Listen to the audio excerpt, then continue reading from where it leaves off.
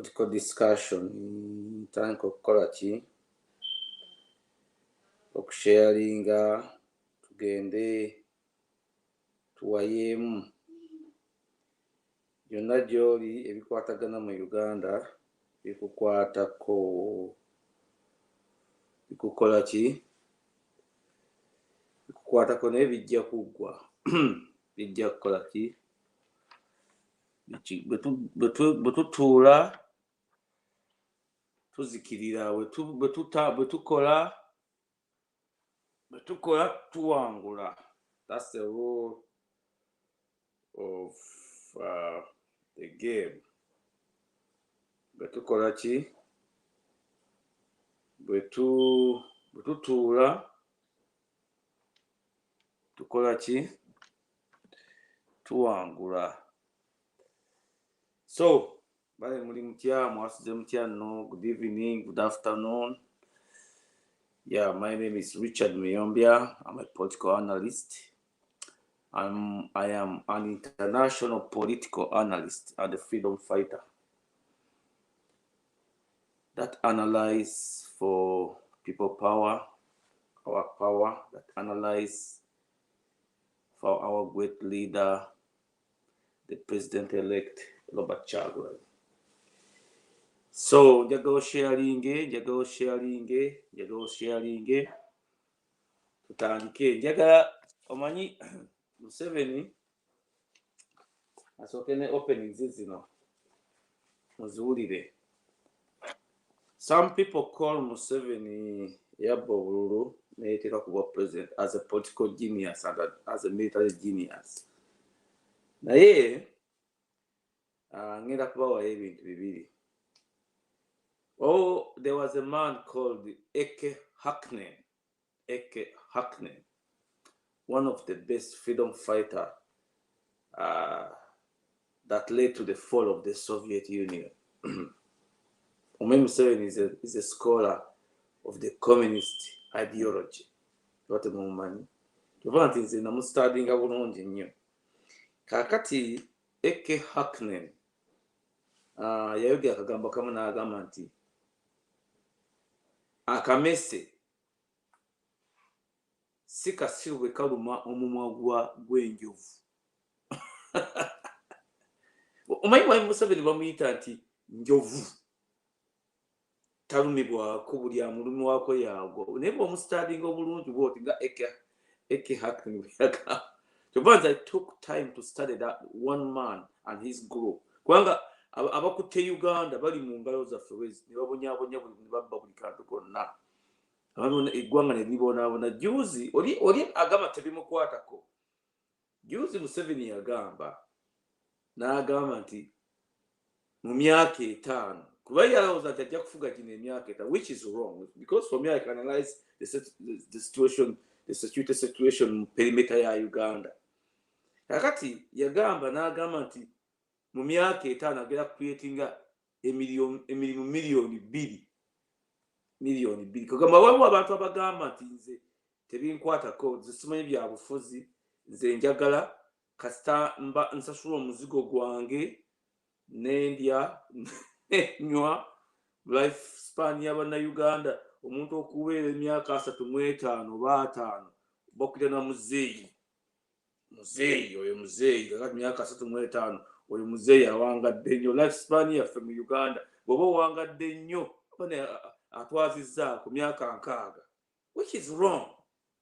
So kati Museveni wagamba nti mu buli myaka 5 ajja creating emirimu miliyoni 2 ng'oli factory waako okolera bayimbi bakwebakanako n'Abachina. Kitegeeza nti mu Uganda present day situation ne population erimu abamu bajja kufa nga tebafunye ku mulimu. So bw'ogamba tebikukwatako ffe tujja ntukusomesa tukugamba nti no, because Kyagulanyi the president-elect, his political influence of the Western democracies and friendship, in 5 years tewali Munnayuganda ayinza kuba nga akaaba mulimu. Ate nga buli Munnayuganda asembayo okufuna ssente entono afuna $250 buli week, $250 per week. So oliaga tebinkwatako manyi bwetujja abantu basomesa abamu balowooza ati basaaga bintu byalema oli nga atunulira ennyanja nga taddaako kazinga naye ate oli amanyi okuvuga ennyanja amanya nti bwe nkwata akalumba ako nenkateeka mu munyenye eyo kantuuse koome kati oli bw'otunula ennyanja bwotoga nti waliyo ekizinga eyo naye ate oli amanyi bw'aba agivuga ekira akwata bukwasi kalumba n'akatunuza bw'ati ku munyenye bw'ati naga nti munyenye eyo bwengituukako bweti eyo ntuuse koome omanyi bwe bati bavuga ennyanja mu nsi yonna bwe bati bavuga ennyanja zonna batambulira ku munyenye kuva dda. So when we come here to analyze things tubateeramu ebintu tubagamba nti buli muntu ateekwa okwenyigira mu liberation struggle nga taliiko tribe, taliiko religion, taliiko gye yava, taliiko kyakola ki. These two people differ in two things. Nze kyova mpagira nnyo kyabwe bwe yajja ne ticket I was very happy. The Western democracy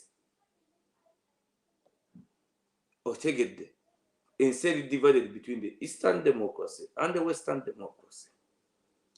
The Eastern democracy, which is socialism and communism, enslaves people and kills people. Nga China, North Korea, Gabichi, otegedde. So the Western democracy, there's freedom, there's prosperity. That's what Olagamati Katinga Mugana said in Yagambi against the Netherlands. Yanda against the Russia.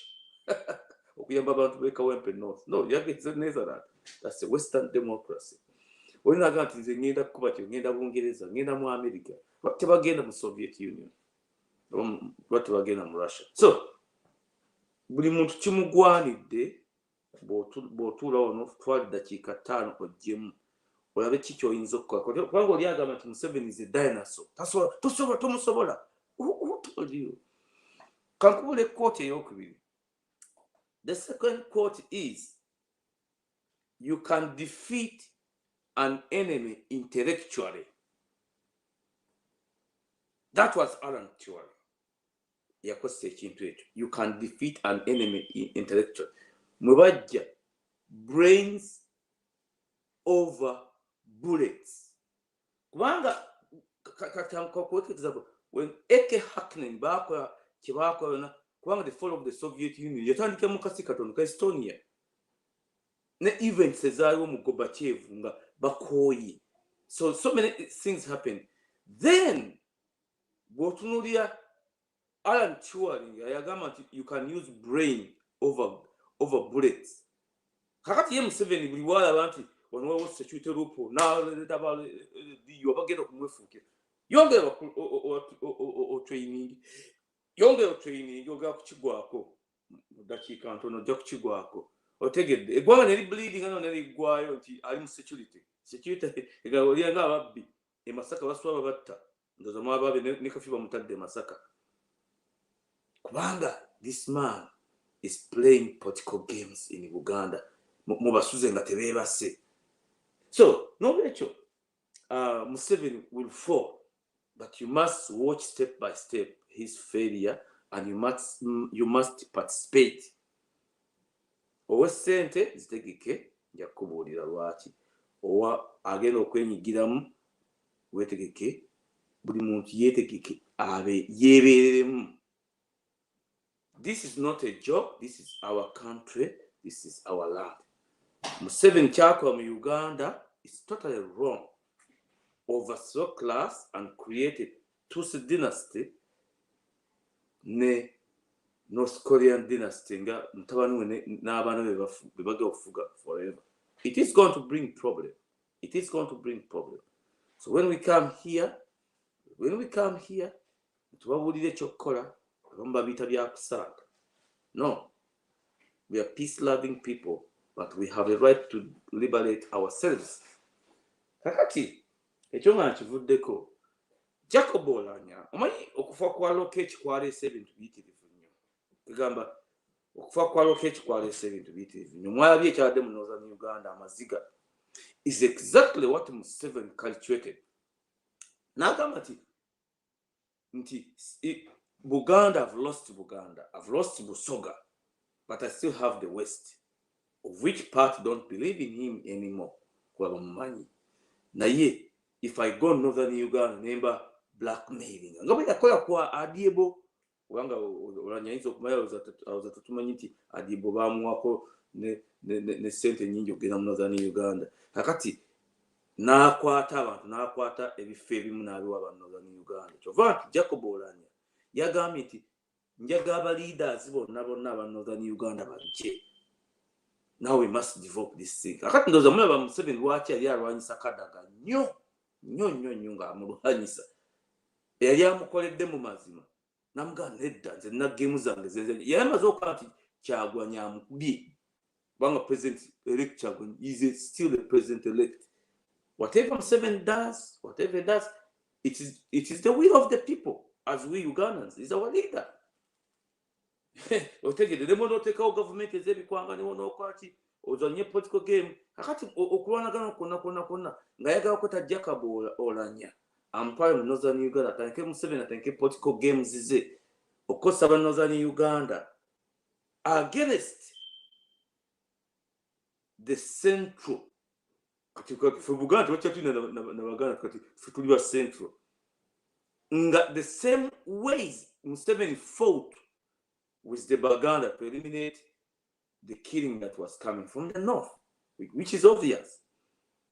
Now, Kyagulanyi has a different plan for all Ugandans. Tovante chitecho wenchogirako nze mutunulira ebbanga ddene okumwanalizinga as a solution for the country. Sikumuwano owokusiika bunyama bagamba nti gundi amusiike. No. Kubanga bw'otunuulira, what does the country need? It's democracy, election, free and fair election, equal opportunity, job creation, security, military stability, everything. If you have Museveni byonna divide and rule, the opposite. Totally the opposite. But why? And what must we the people do? Kwanga bw'otunula Jacob Olanya mumusharingeko akantu kano n'akawulira. Otegedde kubanga namulabye kubanga nze ngobera akantu katono ne mulaba adduka yambuka engulu kati mwe mujje tubawo opportunity. Ekyokubiri, things that we are going to answer today and the solution to the end of this is this northern Uganda fooling over okulya cage.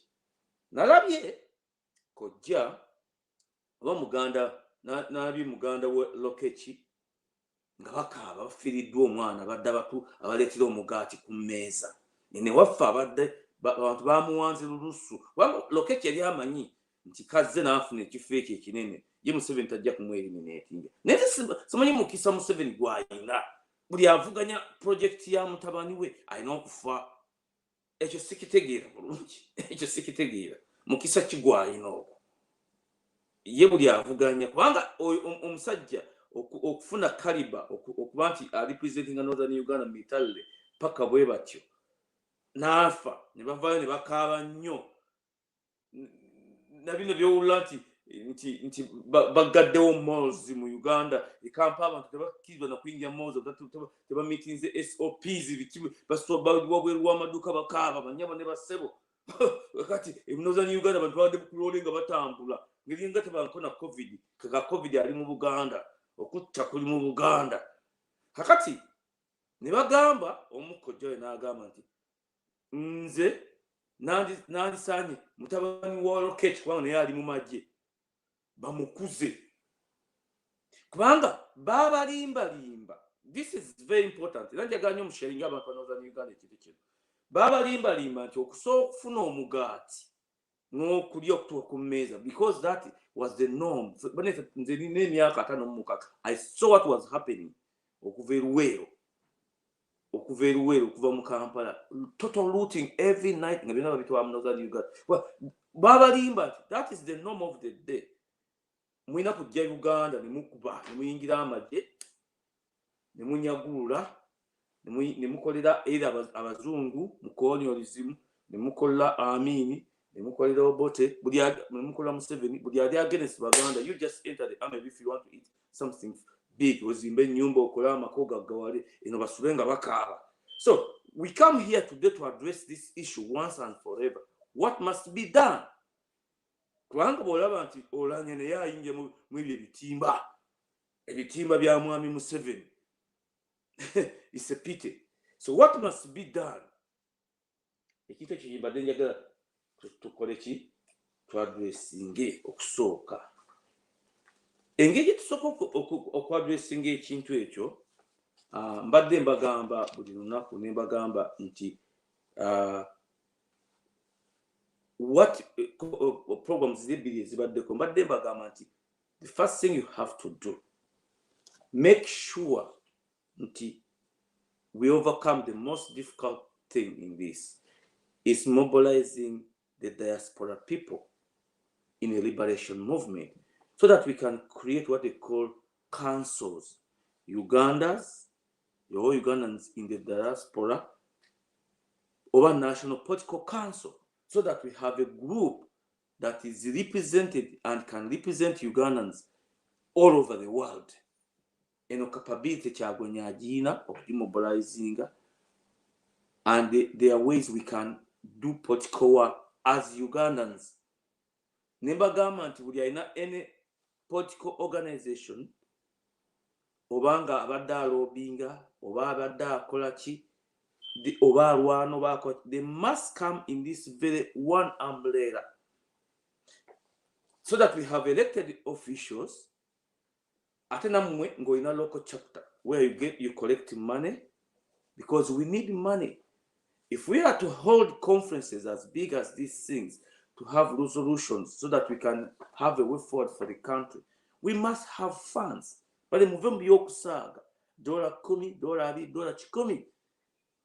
However much we have done and we have moved very far politically, Chagwanya cause the one move or people power mobilizing a ground, the international community. However much we have done, we have to do this one thing.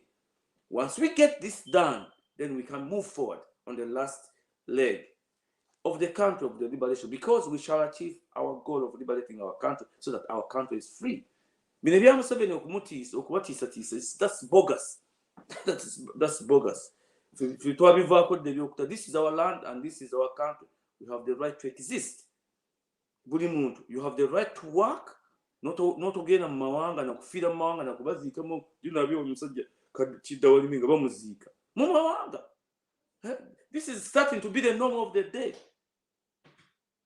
If life is worth living and working for, ngonakuona okoze kuzimba kayumba ko Kampala, kugula kataka ko Kampala, watu wakuzika mu Snow was Oxford, watu wakuzika mu Sydney, wakuzika mu Sydney Bungereza. It's not worthwhile because you don't care. It's worthwhile to fight for your country, and you go home and sleep in the land of your ancestors. That's a true person. Next kubeera awo nti sira kye nakola tebinkwatako bw'ofa ne basuula ne baziika eyo mu mawanga ge tobimanyi na mbeera zaayo. If our life is worth living, then it's worth remembering.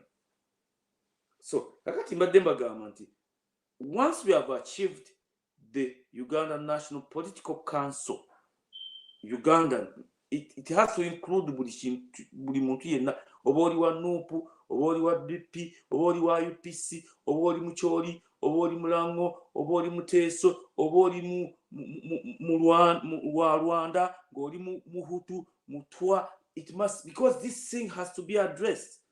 The next move is to write a charter. South Africa has a very good working example similar to the Uganda liberation struggle.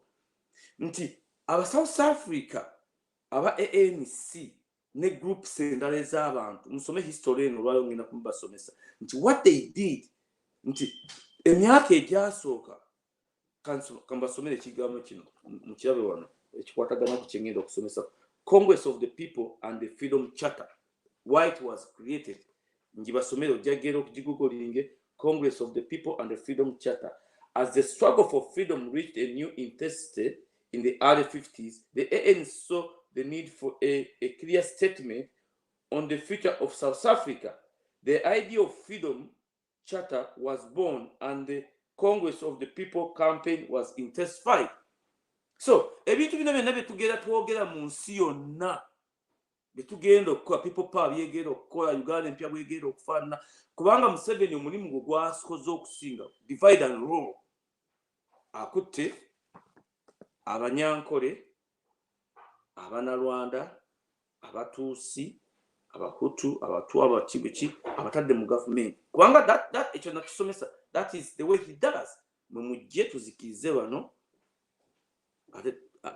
nze mpiseewo ekyange. Which is that mujjeewo bano Abaganda mutwale n'ebyabwe mubagobe emirimu bagobe mu police, which he has done. Mwe mutwale ebyabwe, of which we are resisting. Kakati nze nkugamba nti ekirala kiki ye kyagwa Mugabe kiki kyakugatta bonna. Kubanga until this freedom charter was written down on the paper for the world, bw'ogisoma freedom charter very well. The freedom charter was written for all South Africans and the whole of the world to know. Kwa Museveni ye wabagamba n'agamba nti mwe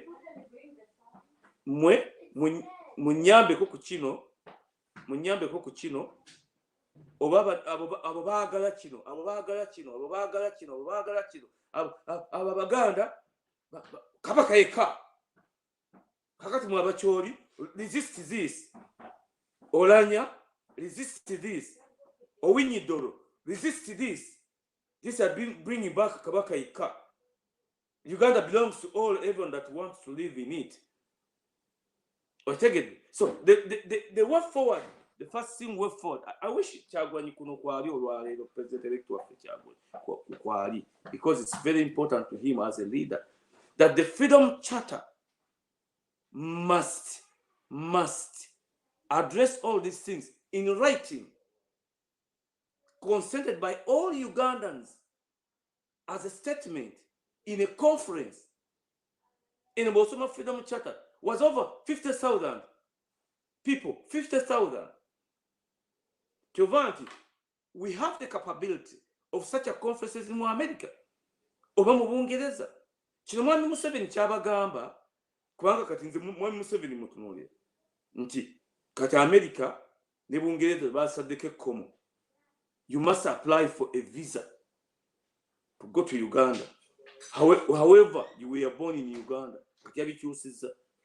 You must apply for a visa. If they don't give you an e-visa, you don't go on the plane and you are not allowed in Uganda. Kubanga baga okumanya ani abavuganye ebweru. That one shall be overcome in this way. Mungeri ki. Ekyo kijja ku overcomingibwa nti when we go in conferences, those that can speak, those that are brave. Those that cannot speak in a conference, they shall use paper. Oko sampa zijja kuba paper. Lete kiteeso kyo bakisome. Temutya. We have nothing to do. We have to move forward. Okujja wakamanyino k'omusajja ono yefuula nti ye political genius. Tawangulwa. So once you address this, nga aba South Africa bakola nti the freedom charter. But the freedom charter must express. Nyagamba buli ekintu kino. Why it is so important. Nada nsoma ntunuulira Gasumba this weekend. Frank Gasumba. Panze ntunuulira buli muntu. Frank Gasumba yagambye nti Abanalwanda kati wadde baazaalibwa mu Uganda balina very big problem. Tebakyakirizibwa na kufuna passport. Ne bakirizibwa okulonda. Nanga muntu baziina bo baazibwawo. It's not a problem because according to Museveni's statement, he himself, long ago, even before the Rwandan war of Kazuguzugu, 57, 59, in terms of a mass exodus, there was people that were migrating.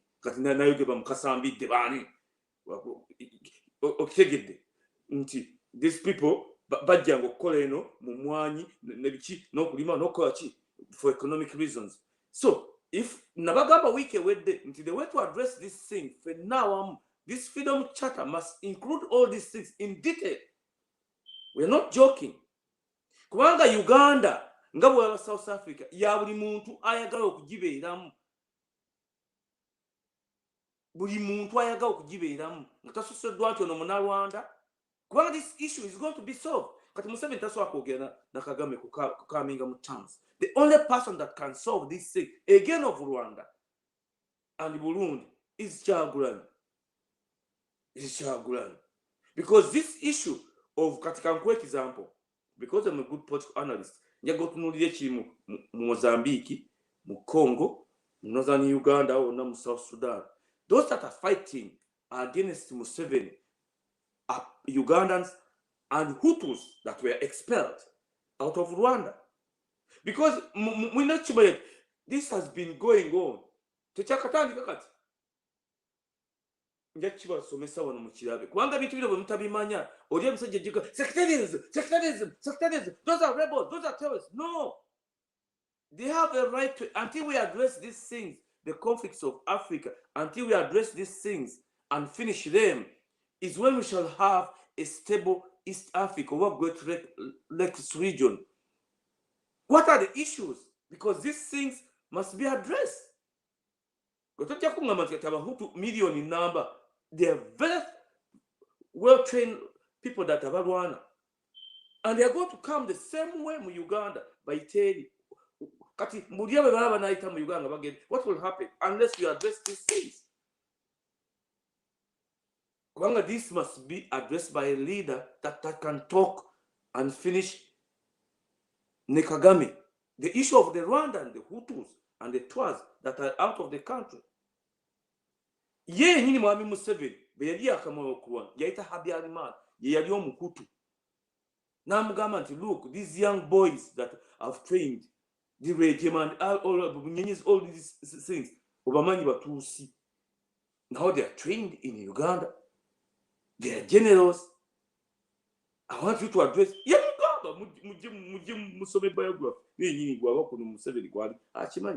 this issue must be addressed. The reason I'm bringing this topic is that banyaffe abakulira mu Uganda oba Bannarwanda Bannarwanda kati basobola kubona babagobaganya tebakyalina wakulaga kubanga bazza omusango kubanga Bannarwanda Baganda Bannarwanda basobola. It is wrong. Because Uganda, what East Africa, what the Great region, nene nyo ate nungi nyo, ate so prosperous. What you need is to create jobs. Good jobs. Say you lay am 7. Creating a million of factory workers. And you must be a member of the NRM to get this job. So the issue of stabilizing the Great Lakes region, and once you address the employment issue,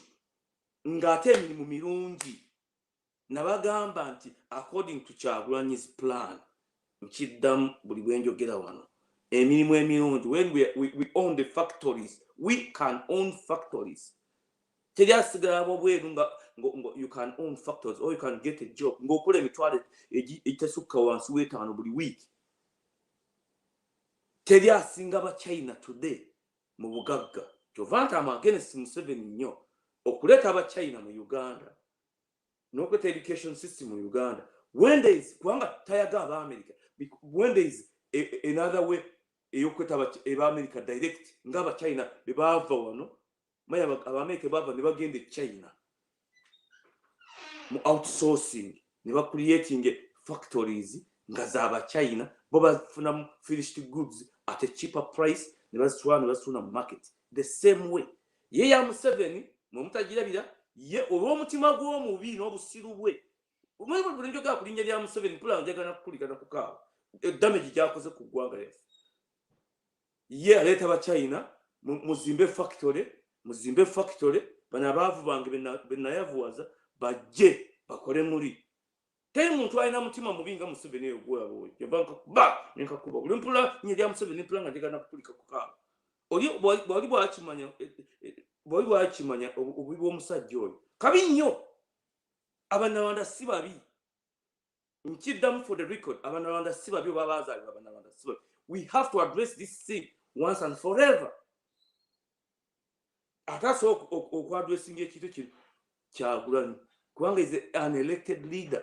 And I'm not an elected leader. I'm not an elected leader. Yeah, a national unity platform, a registered party. I'm for the leader of, but it's okay. We shall reach where we are going. Hakati, once you have abundance in good jobs, the Great Lakes region will be solved. Katika nkule echa Somalia. What these are the games zibazanya? Security, security, security. Millions and millions and millions of dollars per day are spent on security. Museveni never sirikale renzo budget mu security. Egwanga livunda temuli dwalo malaga temuli dwaliro malaga temuli dagala eyo kasese security security security security security.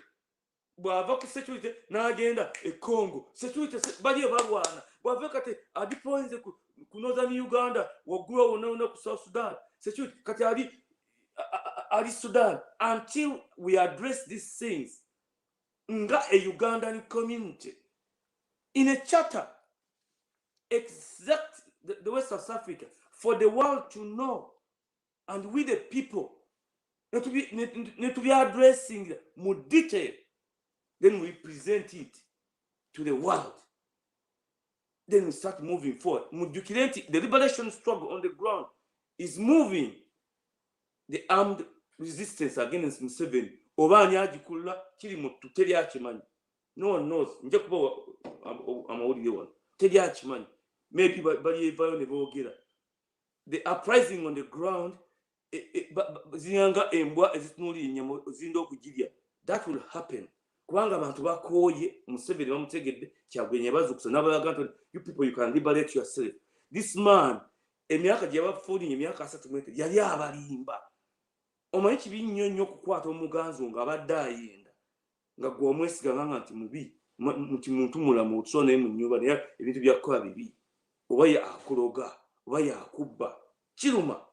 The same way Museveni yafuulanga nti eggwanga nadde olubengo ekisanja entandikwa gasiya kakati ayina simanyi kyagenda atambuza kisamba mugerwa. The very person nga yalina responsibility abantu okukaaba obwavu mubi nnyo abamubi abamulogo kubanga yalina agenda ye ey'obulogo. Olubengo entandikwa kati ayinike emyoga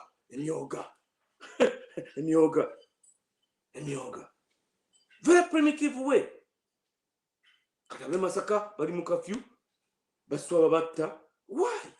Yakimanyi dda bulungi bwoba mwaga okukwata abantu be Masaka abatta mugire mukwate kitatta mumusibe mugire mukwate kitatta musajja bamwanti yakola ebintu ebyo. Kati ye Museveni ayagala kwaga mwababo abo mu Buganda oba mwagala ntalo zizo. Why doesn't he come out and address that issue? Because he's the one doing it. Na kibagamba nti mu Uganda tewakyali kifo kyonna mu security ayina giso eso inso bishi byonna amaje bagende kyono baba down papa naye nga ekiro bebaze bane. Give me a minute.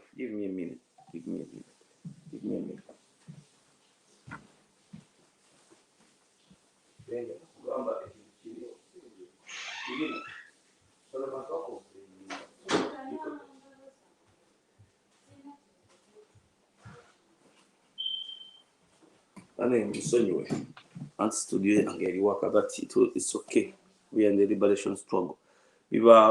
Time will come to be over. Akati mbabuulira nti ebintu bino it must be addressed. The way to address these things that have been so completed by Mwami Museveni. No ogamba abantu poor people in Northern Uganda.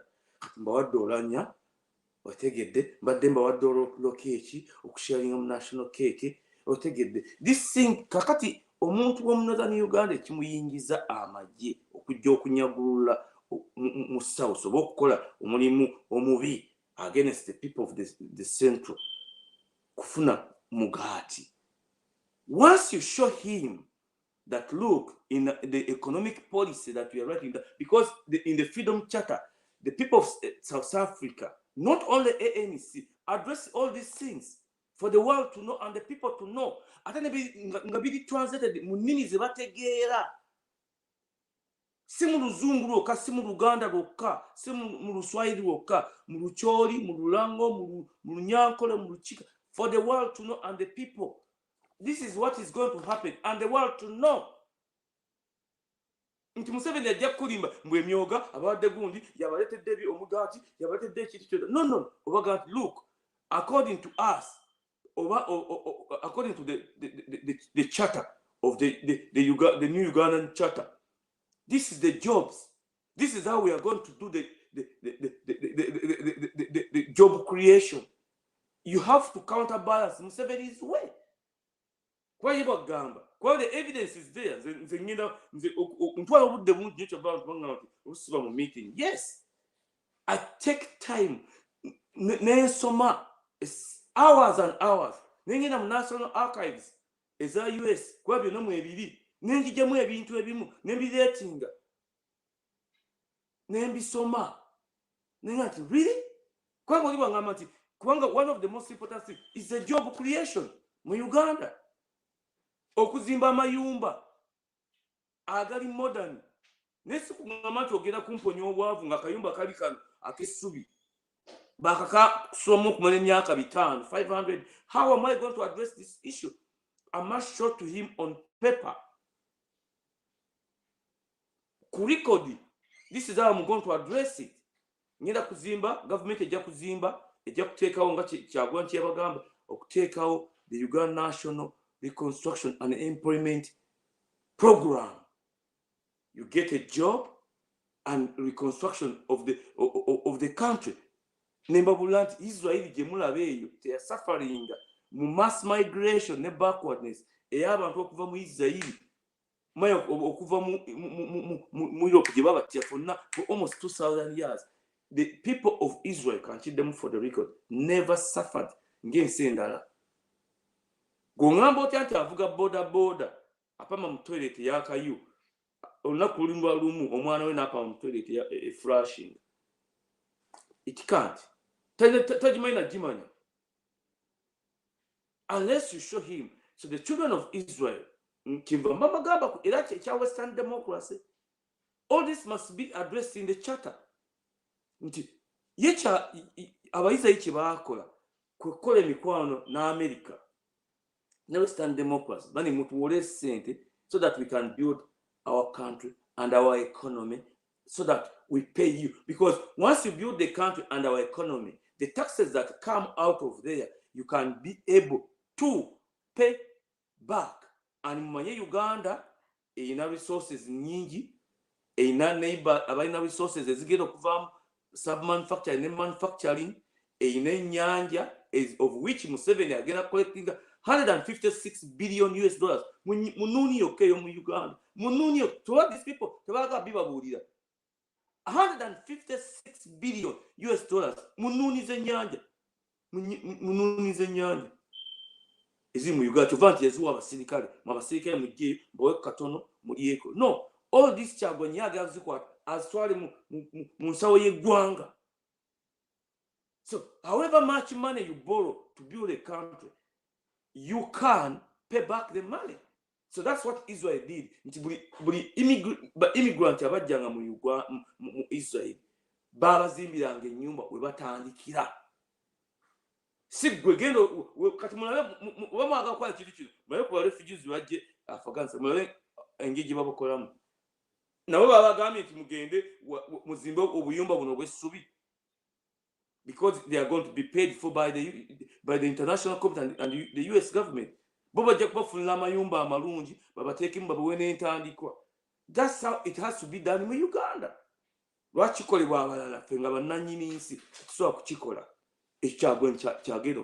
So all these things in the charter must be addressed.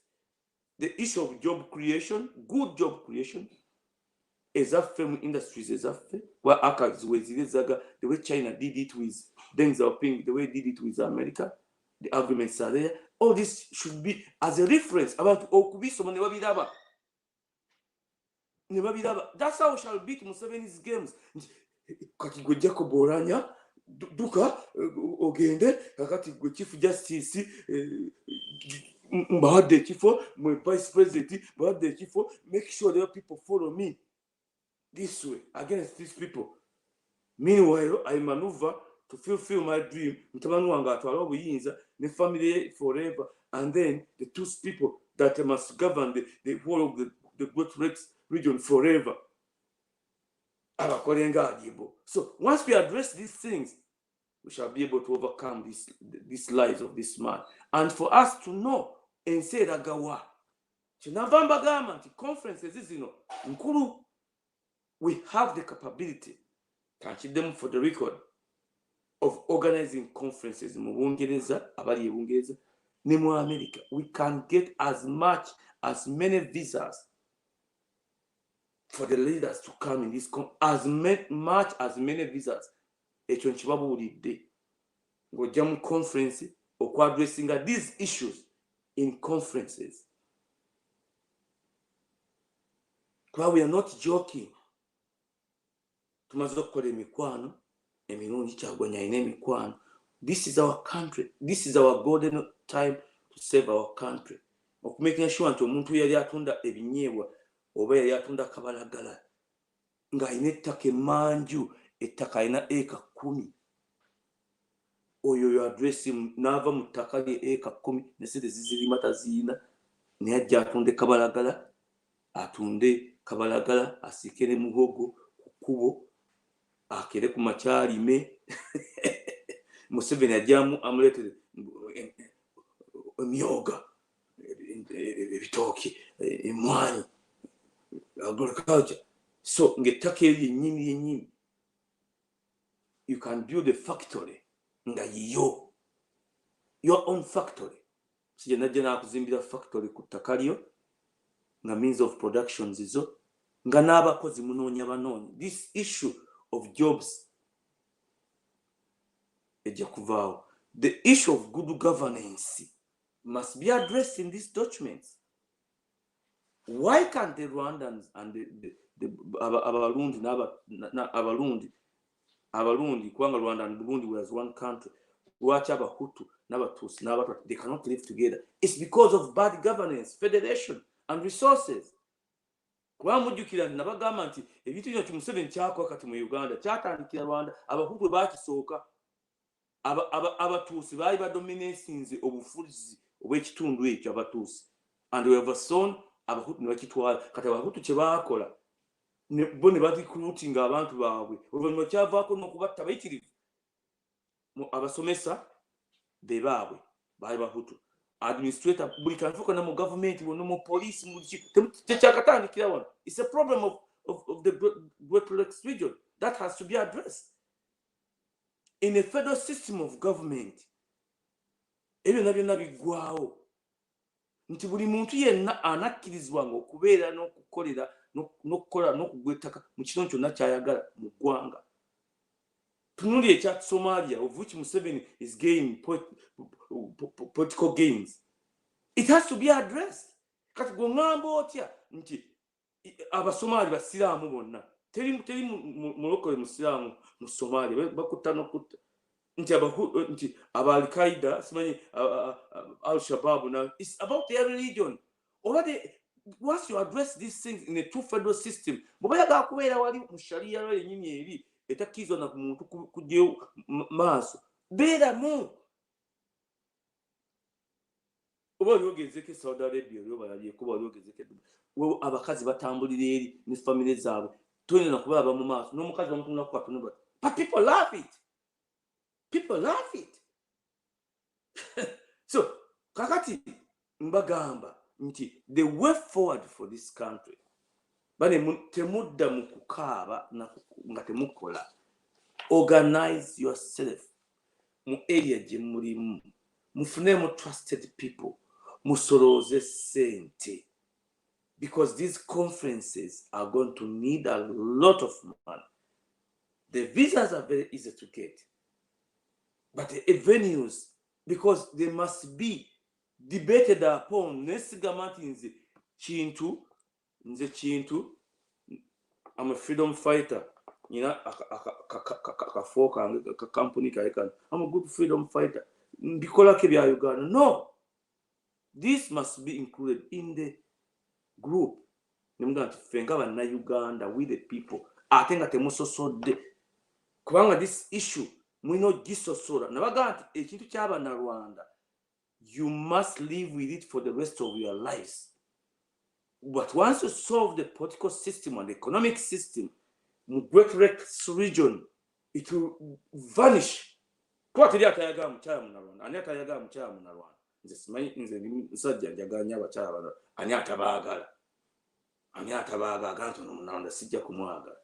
Ibi byakulimba tojja tomwagala ate kirongo omwagala ne wojja yafumbayo. Okay, so it must be solved once and forever. Kyevudde mbagamba nti musharingireko President elect waffe Kyagulanyi eprogramu enagyolire olwaleero. This document must be produced. We know the people power is a registered party in Uganda.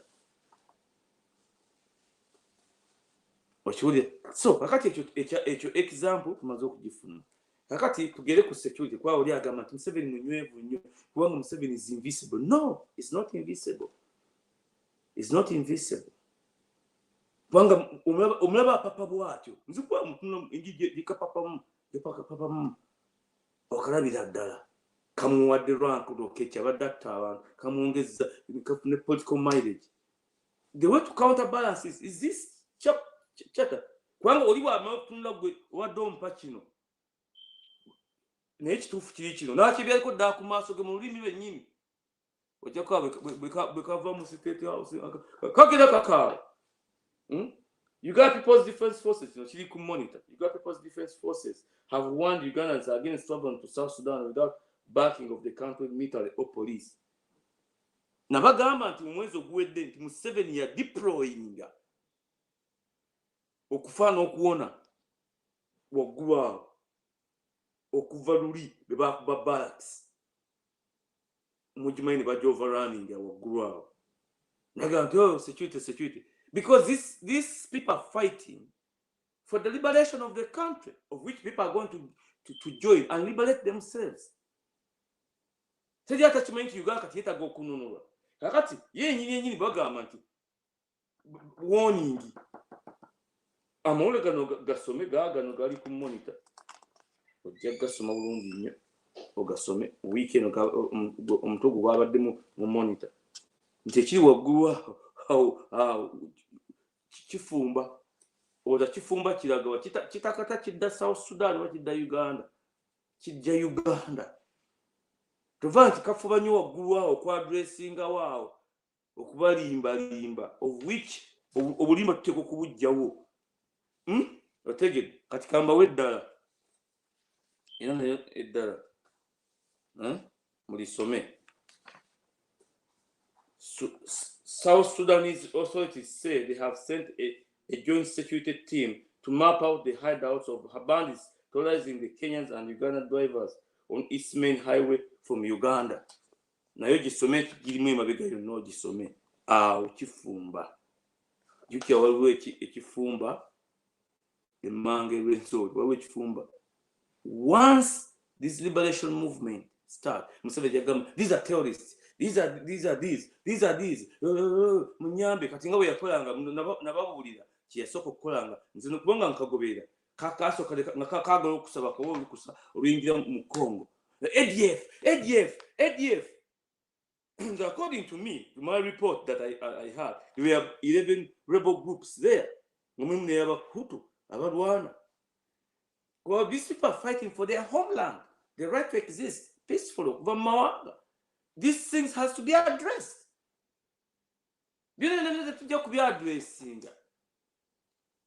What the South Africa Kambabudi and South Africa they are called it.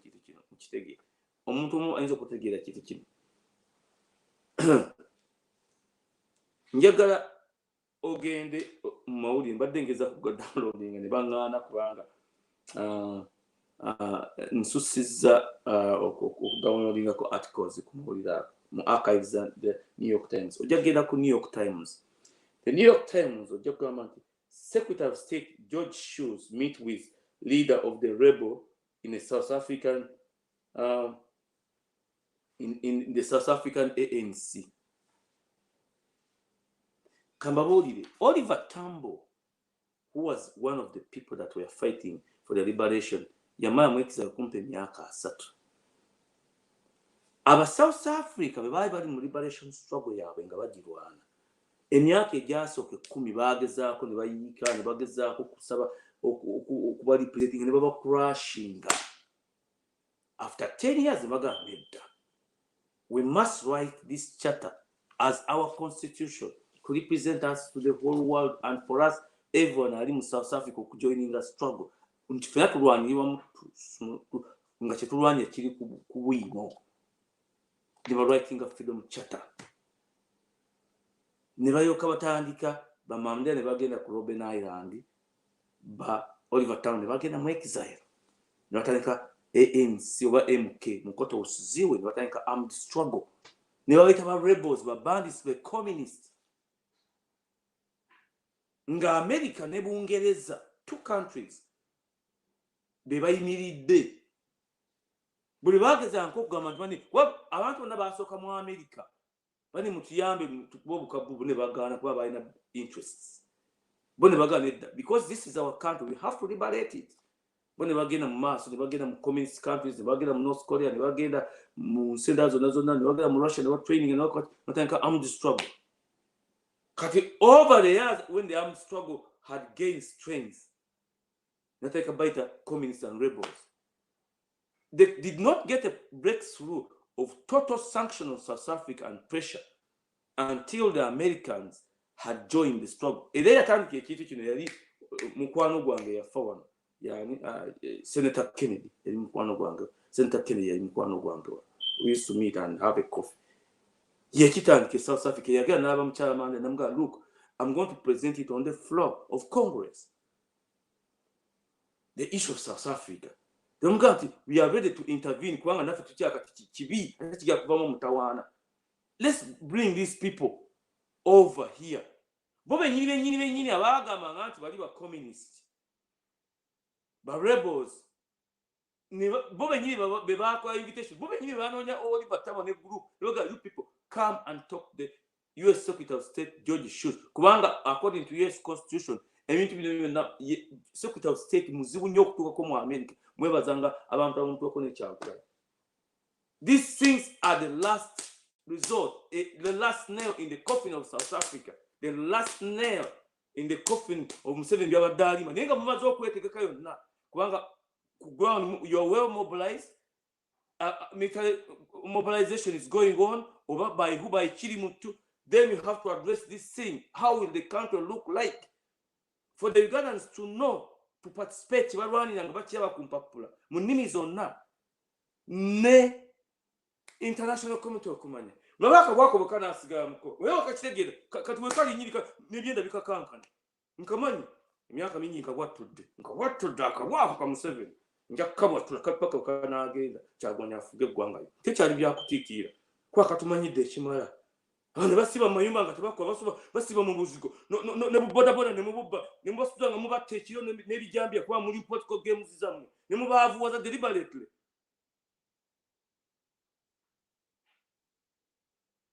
Kind political game, national resistance movement. The kind political games Garcia. So until ojosoma kumawulire ago paka bebaga no. To address these issues, if we have differences, let's call these people, let's sit down and talk. Bebaga mangatu liba rebels, baga kogera nabo. Nenga documents for over the years jebyatandikira eri mu freedom charter. Yali constitution yabagulira amakubo mu nsi yonna. The right spying. America bwe yayingira neteko final sanction kubanga Bungereza na America zemeza struggle ya South Africa okutuka these issues. Oliver Tambo bamita noga, look, let's go and set up these things. Oiva tambo nabi ne dressing te chat ko sakino cha kino next the tuli kino kino tusuba ko busibi we are not comments but do we have comments in this biche mtu tusuba ko kino katonesi ga bungereza yokka ekya overriding bungereza was America ekya overriding bungereza yali America kati South Africa yageuka ngate China we kote economics buli mucho na santo kati bina Museveni byagamba tsezaina weapon buli mucho nacho na once you achieve that kwanga they overcame this South Africa kwanga eno system eri mu Uganda singa mbi nnyo n'okusinga South Africa mbi. All this must be in the document. You know, where is it? For the world to know and with the people to know. But we are going to address these things. You support us. You support us. I know, but we can solve this.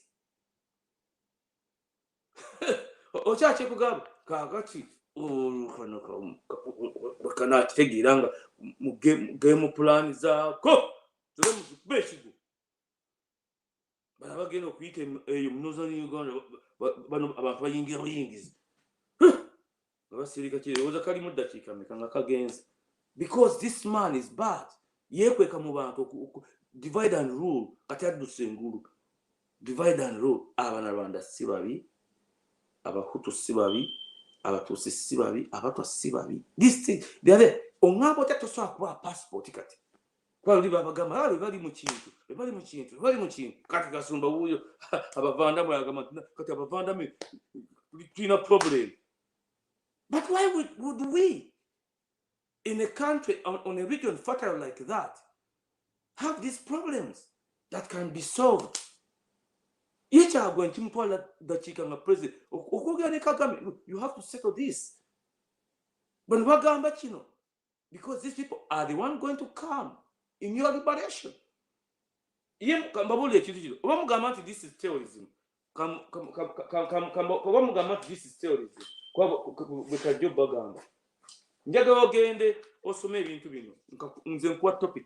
The Busesera invasion. Abatuusa abo boolaba nga bamaze bagoba ewaabwe mu Rwanda. They started training. Batuka n'okutrainingira Congo. Muono mercenaries because abave Cuba yani munne wa Fidel Castro yani. Ani amujjukira munne wa Fidel Castro. Che Guevara. Mutalo Gundi. Mutalo Katanga. These Rwandans were there at the beginning, after they lost their right to live in this country. No.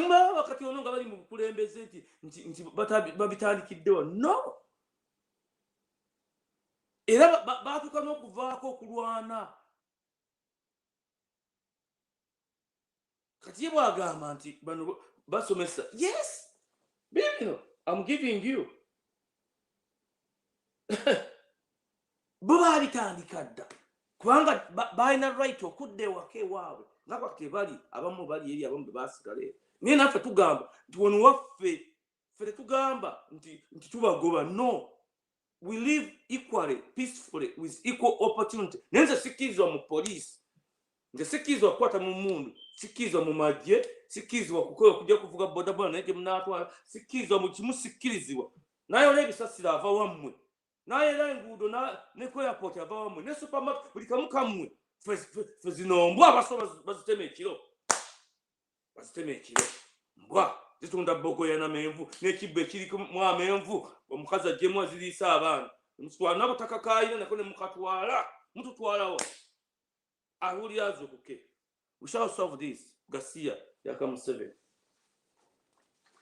oya government tebinkwata ko it's up to you. Nenze nkubuulidde nze sitya njakuwa n'ebirezo ojja osome biography ya Rwanda, ogisome biography conflict ya Rwanda between the Hutu and the Twas. It needs to be solved once and forever. We are brothers and we are sisters. once you solve that political and economic problem, two things. Nga Museveni bwe yayita Habyarimana. I'm not, look, I don't know. These young boys have been trained. Now this has to be solved. Habyarimana n'avuma. N'omugamba nti Hutu. Tuva nti bw'nkugamba nti abana Abahutu abadduka ne bagenda e Congo wadde baako battingana. It's their own conflict that has to be solved. Battingana. Tuva Kagame genocide. But what caused the genocide? Because it will never stop and it will involve other people. Ate nekikosa nnyo n'abalala. Pakati mwe mulina genocide ewammwe. Akati eno gye baabasenza namwe mubeefuulidde ate nammwe bwe mwasangawo mutujjako ebyaffe mulitwala ettaka kati mulyemutwala. Kubanga Jacob Olanya ye mukulu wa paalimenti yagenda okuyisa ennyondo zino zitwala ttaka lyawe liise Olanya n'ekyo lijja genda Olanya liise muyise buli kimwagala kyonna naye obudde bugera ku kyanga bayita ewammwe awo mulabe gye muligenda. No problem. Because this is a problem. And this thing of northern Uganda, wakati Museveni bayingiza okutuzzayo emabega, it can be solved. Nti siteeka nti mu northern Uganda bo balina kuba basirikale kubanga ye divide and rule aba British gye baatandika nayo policy. Bano Abaganda ba resistance mugende mu northern Uganda mugiye abamagye against this the minority mubawe mundu against the majority. We can address that if we have equal opportunity in the country. Mwana utalina kuyingira maji okufuna national cake okufuna ku byobugagga gundi yingira maji kyova nti babadde bakaba nti mutabani wa gundi oyo musajja Rokechi mu ceremonial rank alinye waggulu abe kamanda mukulu afune ekifo kinene asobola okugenda eri emmanga atugumbule bamuwe ku ssente ajja n'azimba amaka amalungi paka no kati doka Rokechi kati doka ziika nganga ati mwe mwerabira mangu bahiro bamwe mwe oito joko mwamwe namalawo temugalaga agobote gondagode bisanke bige nzi muteke wali bakage na lwali ya nezimba okumpi awo nsino wenda bye. So until we solve this, that there is another way we can live in prosperity, obuyumba bwema bigane buvaako emime emirungi all these things have to come in that document, in these conferences. I hope someone is listening to me. Ojjemu byowulira nti bituufu. Naye kibi nnyo okuleka, especially for abali mu diaspora. Nabaga nti the only way you are going to overcome this fear ya Museveni ogamba nti kati abali mu America n'abali e Bungereza bw'omulanga oli ali politically active temumuwa visa nga na foreign passport. Don't issue a passport in a foreign land. He must come here so that we keep them in check.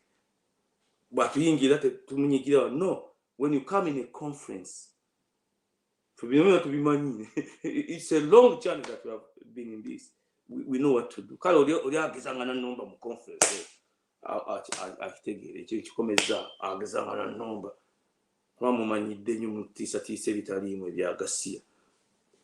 Or you write a piece of paper, but it's oya collecting an item butoyogera leka bali baso abene nimwa giso okwogeje ne kamera bogere.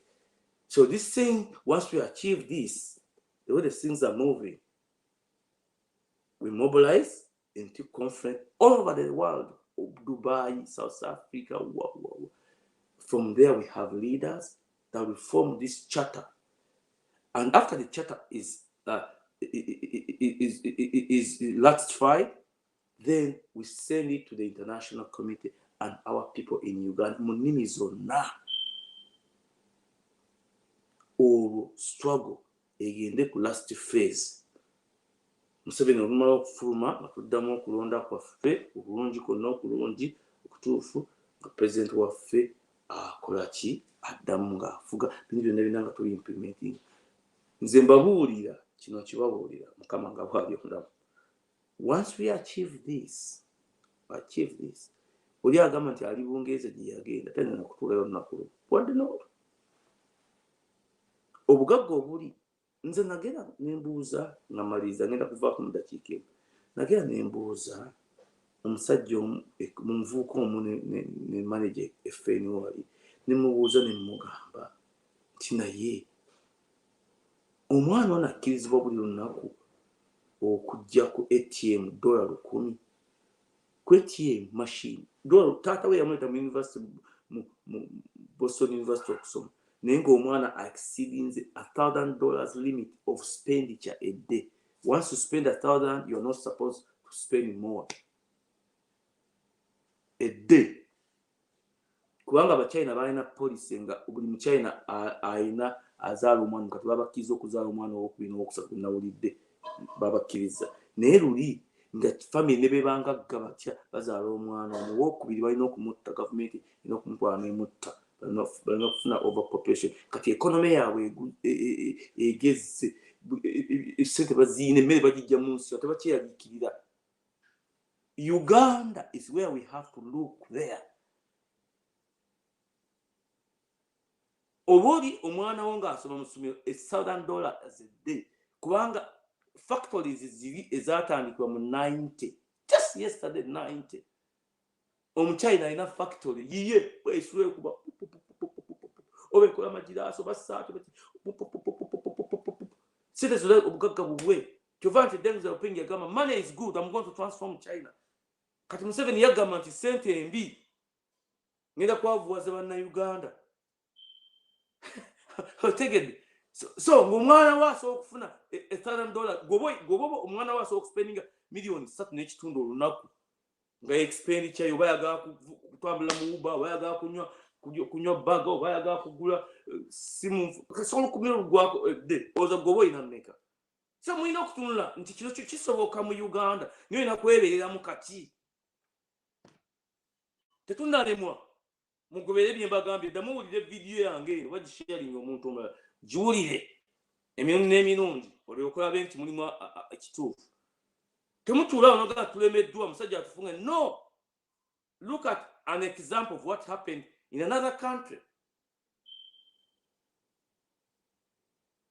Then ekintu kijja kuyiika ng'okyaba maliriza tunaddamu wiiki ejja mwebale naye musharinge video yange.